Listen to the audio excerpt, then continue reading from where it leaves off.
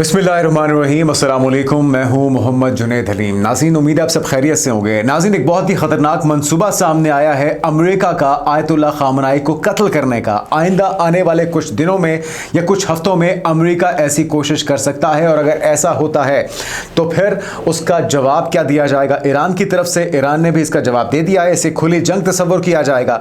लेकिन यह खदशा या इम्कान कैसे पैदा हुआ? अमरीकी सफ़ीर है साबिक, उनकी तरफ से यह दावा सामने आ रहा है। क्या कहा है उनकी तरफ से और ये कौन शख्सियत हैं, इससे मुतालिक कुछ अपडेट्स आपके साथ शेयर करेंगे।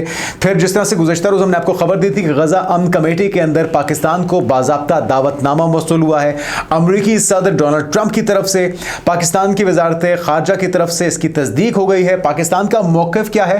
पाकिस्तान आया इस अमन कमेटी का हिस्सा बनने जा रहा है, या जो भी पाकिस्तान का जवाब होगा वो तो आपके साथ शेयर करेंगे। लेकिन एक और हैरानकुन खबर सामने आई है कि ना लेने में, ना देने में, ना थीन में, ना तेरा में भारत को भी इस तरह की एक ऑफर आई है और इस तरह की दावत मौसूल हुई है, जिसको रिपोर्ट किया जा रहा है। गोदी मीडिया से मुतल्लिक खबरें सामने आई हैं, ये खबर आपके साथ शेयर करेंगे। फिर आपको कुछ अपडेट्स देंगे स्पीयर्स ऑफ विक्ट्री 2026, जिसके अंदर पाकिस्तान की जो नुमाइंदगी होगी, पाकिस्तान का दस्ता सऊदी अरब पहुंच चुका है। उसके कुछ विजुअल सामने आए हैं। नॉन स्टॉप ये फ्लाइट करके पाकिस्तान के शाहीन, पाकिस्तान के जांबाज पहुंचे हैं सऊदी अरब में, और किंग अब्दुल्ला एयरपोर्ट पर उनका वालिहाना इस्तकबाल भी हुआ है। लेकिन इन मशकों में क्या कुछ शामिल होगा, इसका अहवाल आपके साथ शेयर करेंगे। फिर कुछ फैक्ट चेक्स हैं, कुछ तकरीबकार पाकिस्तान के अंदर और कुछ पाकिस्तान से बाहर जो ये प्रोपेगेंडा कर रहे थे कि जी बलूचिस्तान में शायद फार्मर्स के खिलाफ कोई क्रैकडाउन हो रहा है, उनके सोलर पैनल्स को तबाह किया जा रहा है, तोड़ा जा रहा है। हकीकत क्या थी ये पता चल चुकी है, और ये पाकिस्तान के अंदर एक बड़े पैमाने के ऊपर ड्रग्स के खिलाफ जो कार्रवाई जारी है, चाहे वो तालिबान काश्त कर रहे हैं या बलूचिस्तान में किसी किस्म की काश्त हो रही है, उसको फौरी तौर पे उसके खात्मे के लिए जो इकदाम हैं उन्हें तेज़ किया गया है। और ये भी ड्रग्स माफिया थी जिसके खिलाफ ये क्रैकडाउन किया जा रहा था, उनके साथ पहले निगोशिएशन की कोशिश की गई है, मुज़ाकरात के ज़रिए उन्हें समझाने की कोशिश की गई है। जब वो बज़िद हैं और हठधर्मी पर बरकरार हैं तो फिर उनके वो पैनल्स जो कि पोस्ट की काश्त को बढ़ाने के लिए या पोस्ट की फसल को आबियार करने के लिए, उसे पानी देने के लिए जो पैनल्स इस्तेमाल हो रहे थे, उन्हें तोड़ा गया है और कुछ कब्जे में भी लिए गए हैं। और ये क्रैकडाउन पूरे मुल्क में, खासतौर पर बलूचिस्तान में जो जारी है, उसके विजुअल्स को गलत अंदाज में तोड़ मरोड़ कर पेश किया जा रहा था, तो वो खबरें भी आपके साथ शेयर करेंगे। और लास्टली, अफगानी जो है वो बाले जान बने हुए हैं दुनिया भर में अपने मेज़बानों के लिए। कुछ ताज़ा इकदाम उठाए हैं टर्की ने अफगान तालिबान को और उनकी रजीम में पड़ने वाले जो अफगानी हैं जो कि दहशतगर्दी समेत बहुत सी तकरीबकारियों में मुलविस पाए जाते हैं, अब दुनिया भर में उनके खिलाफ क्रैकडाउन जारी है। टर्की ने भी कुछ इकदाम किए हैं और बेदखल किया गया है, डिपोर्ट किया गया है, सजाएं दी गई हैं इन अफगानियों को।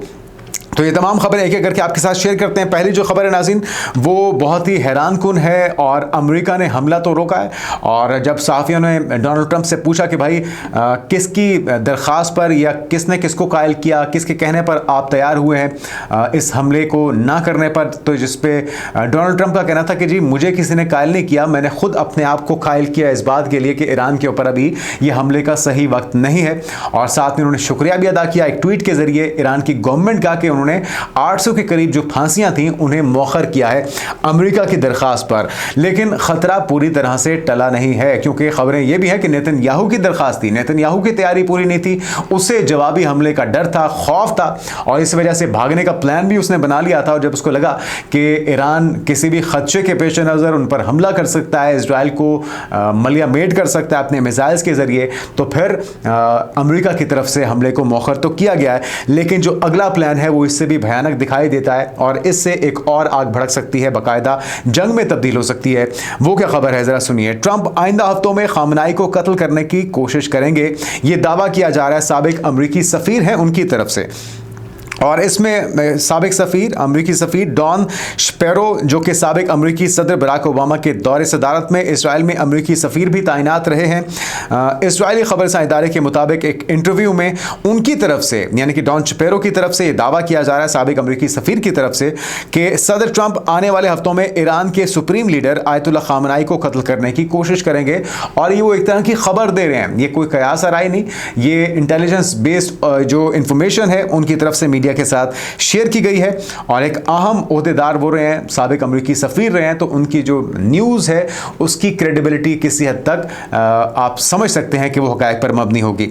तो साबिक अमेरिकी सफ़ीर ने दावा उस वक्त किया है जब ईरानी सुप्रीम लीडर आयतुल्लाह ख़ामनेई ये इल्ज़ाम आयद कर चुके हैं कि ईरान में तशद्दुद, मुज़ाहिरों और कत्ल में अमेरिकी सदर मुलविस हैं, और इसके सबूत भी उनके पास हैं। रंगे हाथों पकड़ा गया है उन गिरोहों को, उन एजेंट्स को, उन जासूसों को जो तखरीबकारी में मुलविस थे। बराह रास्त उनके पास जदीद असलहा मौजूद था, उनके पास वो तमाम जगहें, उनकी तस्वीर मौजूद थी और उन्हें पकड़ा गया है इस तखरीबकारी के बाद उनकी वीडियोज़ और सबूतों के साथ।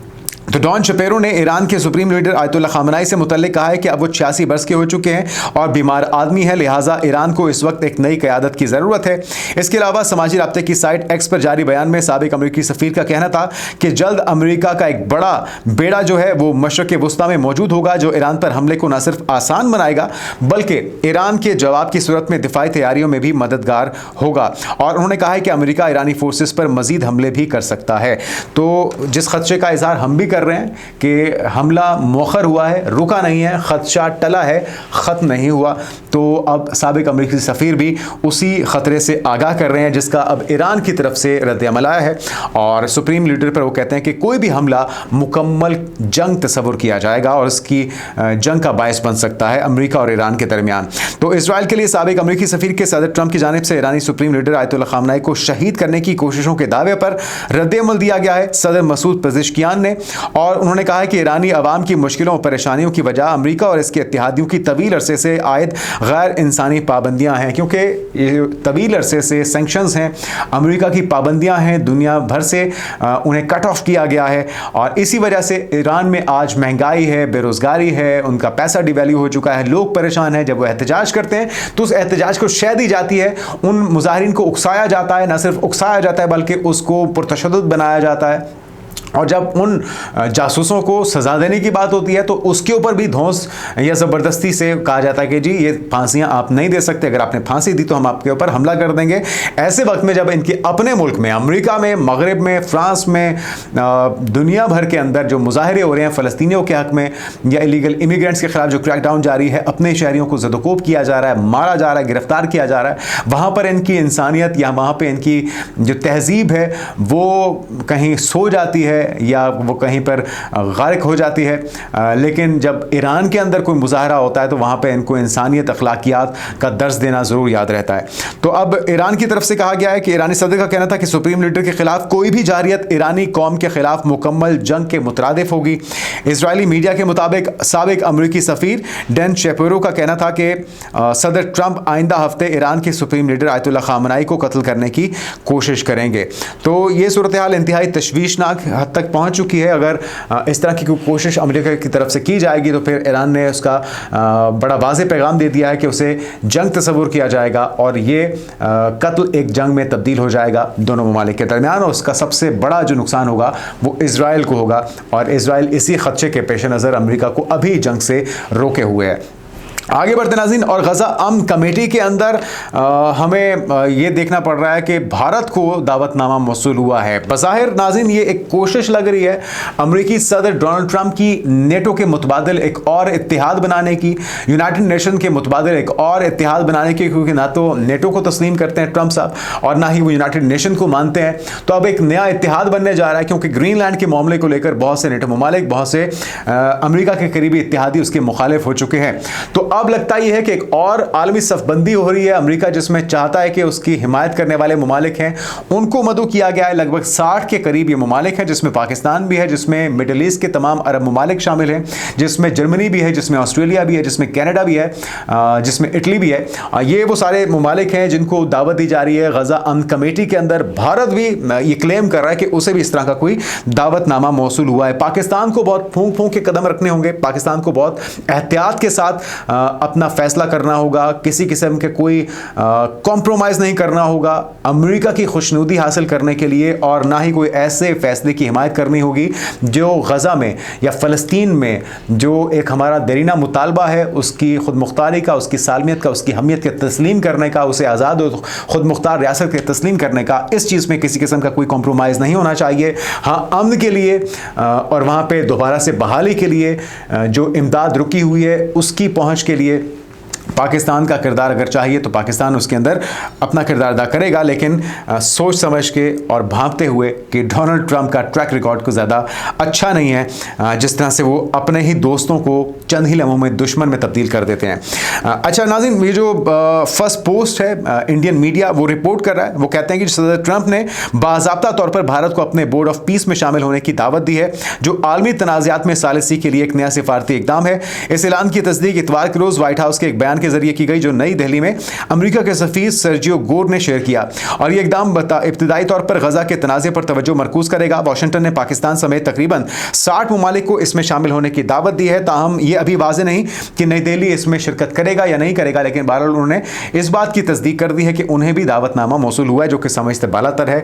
ना गजा अमन मुआहिदे के अंदर उनका कोई लेना देना, बल्कि हमेशा उन्होंने ये जो पॉलिसी है इसराइल की दहशतगर्दी की, जंगी जराइम की, ये पॉलिसी उन्होंने कश्मीर में हमेशा इम्प्लीमेंट की है, और वहाँ पे उसी तरह से कश्मीरी तंग है जिस तरह से इजराइल में नेतन्याहू से या उसके इक़दामात से सेहूनी फोर्सेस से फ़लस्तीनी तंग है। तो बहरहाल ये दावतनामा जो ऐसे वक्त में सामने आया जब दो तरफ़ा ताल्लुकात में कशीदगी बढ़ी हुई है। इस वक्त भारत और अमेरिका के तारीख के बदतरीन ताल्लुकात हैं, और एक बड़े तजारती मुआहदे पर मुज़ाकरात की नाकामी के बायस ताल्लुकात दबाव का शिकार हुए हैं। दोनों ममालिक के दरमियान इस वक्त भारत की अमेरिका को बरामदात पर 50% टैरिफ आयद किया गया, जिसमें मज़ीद कई गुना इजाफा कुछ ही दिनों में मुतवक्के है। तो ट्रंप पहले ही दुनिया के बुलंद तरीन टैरिफ में से एक करार दे चुके हैं जो भारत पर टैरिफ लगा है, और ऐसे में इस तरह का दावतनामा अब लगता क्या है कि अमेरिका शायद चाह रहा है कि उसके हिमायतियों की तादाद में इजाफा किया जाए, क्योंकि उसके पुराने जो इत्तेहादी थे वो उसके अख्तलाफात की वजह से, इक़दामात की वजह से, चाहे वो वेनेज़ुएला पर होने वाला हमला हो, चाहे वो ग्रीनलैंड पर अपनी इजारादारी कायम करना हो, उसकी वजह से बहुत से करीबी ममालिक जो हैं अमेरिका के वो उससे दूरी इख्तियार कर रहे हैं। और यूक्रेन रशिया वॉर का मामला भी ऐसा है जिस पर कोई खातिर ख्वाह पेशरफ्त नहीं कर सके डोनाल्ड ट्रंप। गजा मुआहदे पर अब तक अमल दरामद को यकीनी नहीं बनाया जा सका, तो अब डोनाल्ड ट्रंप ये चाहते हैं कि किसी तरीके से उनकी हिमायतियों को बढ़ाया जाए। और मोदी जी जिस तरह से लेट जाने के आदी हैं, नरेंद्र के आदी हैं, तो अब लगता है कि डोनाल्ड ट्रंप जो है एक बार फिर से अपनी खोई हुई हिमायत भारत के जरिए भी हासिल करना चाहता है। आगे बढ़ते नाज़रीन, और कुछ खबरें हैं जिसमें स्पीयर्स ऑफ विक्ट्री के अंदर एक तो पाकिस्तान का दस्ता शानदार अंदाज में पहुंचा है, और ये विजुअल्स भी आप देख रहे हैं जहां पर मश्क में सऊदी अरब, पाकिस्तान, फ्रांस, इटली, यूनान, कतर, बहरीन, उर्दन, बरतानिया और अमेरिका भी शरीक हैं। मश्क का मकसद जो है बाहमी हमआहंगी, ऑपरेशनल ताउन और मुश्तरका सलाहियतों में इजाफा करना है, और बड़ी फ़िज़ाई फोर्स की तैनाती इसमें शामिल होगी। ये जो मश्कें होने जा रही हैं स्पीयर्स ऑफ विक्ट्री, और इसमें कंपोजिट एयर ऑपरेशंस होंगे, इंटीग्रेटेड ISR, जदीद इलेक्ट्रॉनिक वॉरफेयर माहौल में ऑपरेशंस ने पाकिस्तान एयरफोर्स जो है इसने पाकिस्तान से सऊदी अरब तक नॉन स्टॉप परवाज़ की है, और अपनी तवील फासले की ऑपरेशनल सलाहियत एक बार फिर से उसका मुजाहरा किया। और PF ने BVR के जो पायलट्स हैं, जदीद एवियोनिक्स और जो 52 ब्लॉक पहुंचा है F-16 का, इसने अपनी सलाहियतों का एक बार फिर से मुजाहरा किया है, ना सिर्फ अपने पाकिस्तान से सऊदी अरब के सफ़र के दौरान, बल्कि जो मशकें होंगी उसके अंदर भी पाकिस्तान एक बार फिर से ये साबित करेगा कि वो दुनिया की एक बेहतरीन फिजाया रखता है। तो मश्क में दीगर ममालिक के जदीद जंगी तैयारों के साथ साथ मुकाबला भी होगा। शिकस्त से PF पाकिस्तान एयरफोर्स की ऑपरेशनल तैयारी, जदीद जंगी माहौल में कारकर्दगी की तौसीक होती है, और यह मश्क इलाकाई और आलमी फौजी ताउन के लिए पाकिस्तान एयरफोर्स की अज़्म और पेशा वाराना महारत को जाहिर भी करती है। तो 19 जनवरी 2026 को पाकिस्तान फिजाया का ये जो दस्ता है ये सऊदी अरब के किंग अब्दुल अजीज़ एयरबेस पहुंचा। दस्ते में F-16 ब्लॉक 52 जंगी तैयारे और फिजाई और ज़मीनी अमला भी शामिल है। और ये स्पीयर्स ऑफ विक्ट्री 2026 के अंदर पाकिस्तान का दस्ता शिरकत के लिए पहुंचा है। लेकिन खबर एक और भी है, भारत ने भी दरख्वास्त की थी, भारत को मिल गया कोरा जवाब कि भाई हमने ना तो नाक कटवानी है, ना ही इन मशकों का बेड़ा गर्क करना है। आपको सिखाने के लिए तो कम अज़ कम हमारे पास इतना वक्त नहीं है कि आपके नौसिखिए पायलट्स को सिखाया जाए। खबर क्या आ रही है ज़रा सुन लीजिए। पाकिस्तान में जिसमें पाकिस्तान है, इन मशकों के अंदर तुर्की है, बरतानिया है, अमेरिका है और अहम ममालिक को शिरकत की दावत दी गई थी, ताहम भारत को इस मश्क में शामिल नहीं किया गया। और ख़बर यह है कि भारत ने इस मश्क में शमूलियत की दरख्वास्त की थी, लेकिन सऊदी अरब ने दरख्वास्त मुस्तरद कर दी, जो खित्ते की बदलती हुई सिफारती तरजीहात और स्ट्रेटेजिक शराकतदारियों की वाज़े अक्कासी करती है। तो दोस्त और दुश्मनों की पहचान अब होने लगी है दुनिया को, और ख़ासतौर पर हमारे ब्रदर मुल्कों को भी। ईरान को भी अंदाज़ा हो चुका है, सऊदी अरब को भी अंदाज़ा हो चुका है कि इनसे ना तो दुश्मनी अच्छी है, ना ही इनसे दोस्ती अच्छी है। और अब भारत को जिस तरह से इग्नोर किया जा रहा है आलमी सतह पे, इससे बड़ी जगहसाई भारत की हो नहीं सकती, और इसका भी जिम्मेदार मोदी जी को ठहराया जाता है। अच्छा नाज़रीन, कुछ फैक्ट चेक्स हैं, और वो फैक्ट चेक्स ये हैं कि ANF बलूचिस्तान ने अफ्यून की काश्त के लिए इस्तेमाल होने वाला जो शमसी तवानाई से चलने वाला आपाशी का निज़ाम था, उसे तबाह किया है। पोस्ट की जो काश्त है उसे एक तो डिस्करेज किया जा रहा है, उसको तबाह किया जा रहा है, वार्निंग्स दी जा रही हैं, क्रैकडाउन किए जा रहे हैं, और वो किसान या वो ड्रग माफिया वो ड्रग लॉर्ड्स जो पाकिस्तान के अंदर यूथ को उनके मुस्तकबिल को तारीक करने के लिए वो मनशियात से किनारा कशी इख्तियार नहीं कर रहे, उनके खिलाफ क्रैकडाउन जारी है। और इन जो विजुअल्स थे इस्तेमाल किया गया पाकिस्तान के खिलाफ नफरत उगलने वाले जो तमाम एलिमेंट्स थे पाकिस्तान के अंदर भी, पाकिस्तान से बाहर भी, और ख़ास तौर पे जो हमारा पड़ोसी मुल्क है ना, वहाँ पे तो इंतज़ार में बैठे होते हैं कि इस तरह की कोई चिंगारी या फुलझड़ी उनके हाथ में लग जाए तो उसको फिर वो फैलाना शुरू कर देते हैं बग़ैर तस्दीक किए हुए, जो तरीका है गोदी मीडिया का। तो अब ये कहा जा रहा था कि जी कुछ किसानों ने पाक अफवाज के साथ मुज़ाकरात में नाकामी पर या उनकी बात ना मानने पर उनके खिलाफ क्रैकडाउन किया जा रहा है, उनके पैनल्स को तोड़ा जा रहा है। ये काश्तकारों के या किसानों के पैनल्स नहीं हैं, ये ड्रग्स माफिया के पैनल्स हैं, जो ये मुख्तलिफ जो अफ्यून की फसलें हैं उसे सराब करने के लिए, उसे पानी देने के लिए इस्तेमाल करते थे। तो अफ्यून और दीगर मनशियात की काश्त के लिए इस्तेमाल होने वाले सोलराइज्ड ट्यूबवेलों के खिलाफ ये कार्रवाई control of narcotic subsidies act 1997 के तहत जारी है। जाली अकाउंट और सरहद पार प्रोपेगेंडे की जानिब से फैलाया जाने वाला शोर मजीद तेज़तर हो गया है, और इसको अफसोस के साथ हमें कहना पड़ता है कि पाकिस्तान के अंदर भी कुछ ऐसे ना आकबत अंदेश या ऐसे लोग जो कि दुश्मनों के अलायकार बने हुए होते हैं, वो इसको सवाब का काम समझ के शेयर करते हैं, तस्दीक किए बगैर, कुछ जाने में और कुछ अनजाने में। तो पहले देख लीजिए, तस्दीक कर लीजिए कि मुद्दा है क्या, उसके बाद आप शेयर करेंगे तो शेयर करते हुए अच्छे भी लगेंगे। आगे बढ़ते नाज़रीन, और अफ़गान तालिबान जो वबाल जान बने हुए हैं अपने ही मेज़बानों के लिए, उसकी कुछ ताज़ा मिसाल सामने आई है। और ये कुछ वाक़यात, एक तो ताजिकिस्तान ने इनके खिलाफ एक्शन लिया है, 4 अफ़गानियों को, 4 तालिबान को जहन्नुम हासिल किया गया है। आपको याद होगा इससे पहले ताजिकिस्तान में चाइनीज़ को भी निशाना बनाया गया था, ताजिकों को भी निशाना बनाया गया है। और ये ताज़ा कार्रवाई जो है, ताजिकिस्तान ने अफगानिस्तान से दरअंदाजी करने वाले 4 दहशतगर्दों को हलाक किया। ताजिक सिक्योरिटी फोर्सेस ने 4 दहशतगर्दों को हलाक किया, न्यूट्रलाइज किया, जो हमसाया मुल्क अफगानिस्तान से सरहद अबूर करके मुल्क में दाखिल होने वाले थे। और यह वाक़या ऐसे इलाके में पेश आया जहाँ हालिया हफ्तों में सरहद पार से दहशतगर्दी या दरअंदाजी के काफ़ी वाक़यात में इजाफा देखने में आया है। लेकिन कहानी यहाँ पर रुकती नहीं है। एक तो अफगान मुहाजिरीन मेज़बान ममालिक के लिए बड़ा सिक्योरिटी चैलेंज बने हुए हैं। अफगान मुहाजिरीन के खिलाफ मुख्तलिफ ममालिक में गिरफ्तारियों और मुल्क बदरी की कार्रवाइयाँ मज़ीद तेज़ कर दी गई हैं। जर्मनी, ईरान के बाद तुर्की में भी अफगान मुहाजिरीन के खिलाफ क्रैकडाउन में शिद्दत और गिरफ्तारियों की नई लहर देखी जा रही है। ये जो विजुअल्स आप देख रहे हैं ये भी अफगानी हैं, और अफगान जरीदे अफगानिस्तान इंटरनेशनल की चश्मकुशा रिपोर्ट मंजर आम पर आई है। अफगानिस्तान इंटरनेशनल के मुताबिक तुर्की के शहर शानली अरफा में 14 मजीद गैर कानूनी अफगान पनाहगुज़ीन गिरफ्तार कर लिए गए हैं, और ये गैर कानूनी अफगान मुहाजिरीन की नकलो हमल में मुलव्वस 3 सहूलतकार भी गिरफ्तार किए गए और उन्हें फौरी तौर पर जेल मुंतकिल कर दिया गया है। गिरफ्तार अफगान पनाहगुज़ीन ट्रक में छुपकर गैर कानूनी सफ़र कर रहे थे, और गिरफ्तार अफगान बाशिंदों को फौरी तौर पर डिपोटेशन सेंटर मुंतकिल किया गया। कबल अज़ीं 3 जनवरी को दियार बकर से 32 गैर कानूनी अफगान पनाहगुज़ीन, जबकि 10 जनवरी को तोकात और बोलो से मजीद 18 गिरफ्तारियां भी की गई हैं।